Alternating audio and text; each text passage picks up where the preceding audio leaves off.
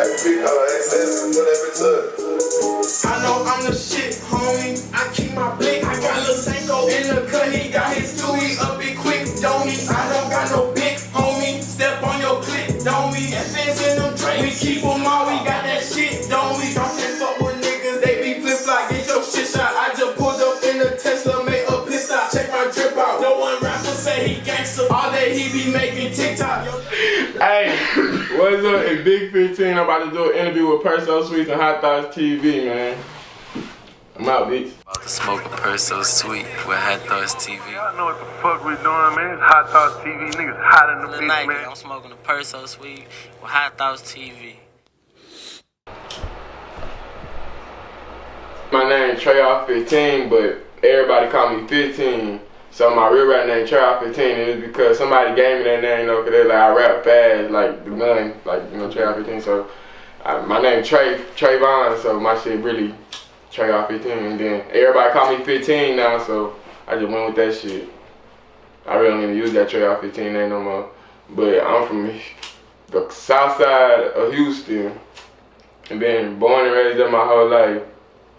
Southwest in the Ponds, and then she moved to the Clarke, and that really when I started rapping and shit. So talk a little bit about like growing up, like, what was school like for you? Was you fucking with that shit? Not really. I ain't gonna even sit here and cap to you. School was cool when I was younger, cause like I was a sports player type shit. Like I was raw as fuck, like good, and then a bit like I was good as fuck. So school was always good for me. Like I was in the house trying to pass. I was in there doing my shit. Like I was working hard and all that shit. Never been no lame ass nigga though, but you know, I was trying. I had goals. You feel me? I had a goal, and then that shit ended in 12th grade because we used to move a lot. You know. I ain't gotta explain. We just had to move a lot. So I went to a lot of high schools, and in my 12th grade year, I was on varsity in my 11th grade year, and then I moved schools. And when you switch schools in the same district, you can't play varsity for a whole year. So I had to sit out my senior year. And that's really when I got into the rapping shit. Like when I had to sit out my senior year, cause I ain't had like, what the fuck you want me to do? I couldn't play no sports at all. So and when I got into the rapping shit, I ain't even graduate. So shit, a little more just on the background, talk about your community. You know what I'm saying? You said the Clarke. You know what I'm saying? That's a pretty iconic area. You know what I'm saying? For us, you know what I'm saying? I used to stay right by the bayou back then, by Madison High School. So just speak on your community a little bit. As a kid, you know what I'm saying? As a kid, it was fun. Like as a kid, I ain't gonna lie, the Clarke. Niggas was still fighting. Yeah, like I'm gonna say, like it been hectic in the Clarke ever since I was little for shit. So like it always been hectic, like niggas. But it was been that's how we raised. So it wasn't. I ain't gonna really say like it wasn't regular. Yeah, I ain't gonna really say it wasn't no bullshit type shit. Like that's some everyday type shit. So like that's why I say that shit was fun. Like growing up, we used to be in the house.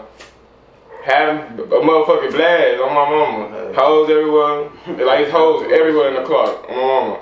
So like, yeah, the Clarke cool. Then the mo right there. Yeah, then the mo right there, and the hoes really be in the mo. I'm talking about the mo right next to the Clarke. The Clarke in the middle of everything. Yeah. Oh God. So you said like 12th grade is when you really started rapping. What was it, aside from, the not being able to play sports, like was it a person or who influenced you to be like, man? Yeah, my brother, his name Louis.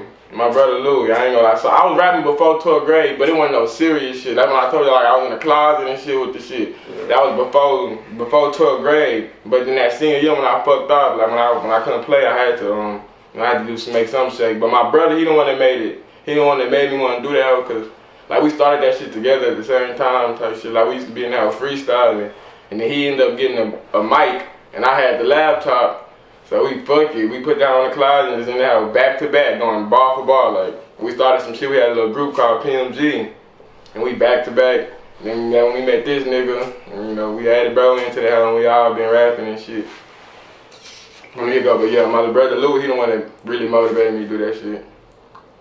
So what was some of the music that we was listening to before you started rapping? Man, I ain't gonna lie to you. I listen to every genre of music. You gonna be like weird shit, all that shit. Like I listen to ski masks, like niggas that people don't listen to these niggas. Like I listen to every genre, and I try to niggas that other niggas think weird. Yeah, and I try to like mix that shit all into one type shit. That was like to make a perfect motherfucking rapper type shit. Like I don't know how to explain that shit. Like I try to mix everybody's shit into one type shit. I ain't gonna even care like. For sure, it's just building, you know what I'm saying, your sound and Yeah, shit. yeah, just building, making it better. I try to learn some new shit every day. Like I be fucking with that auto-tune and shit now. Trying to learn how to do all that shit now. Who was some of like my bad, like the artist though, like a specific that you Specific artist. like. Alright, so for sure we was in the Ski Mask era for shit show.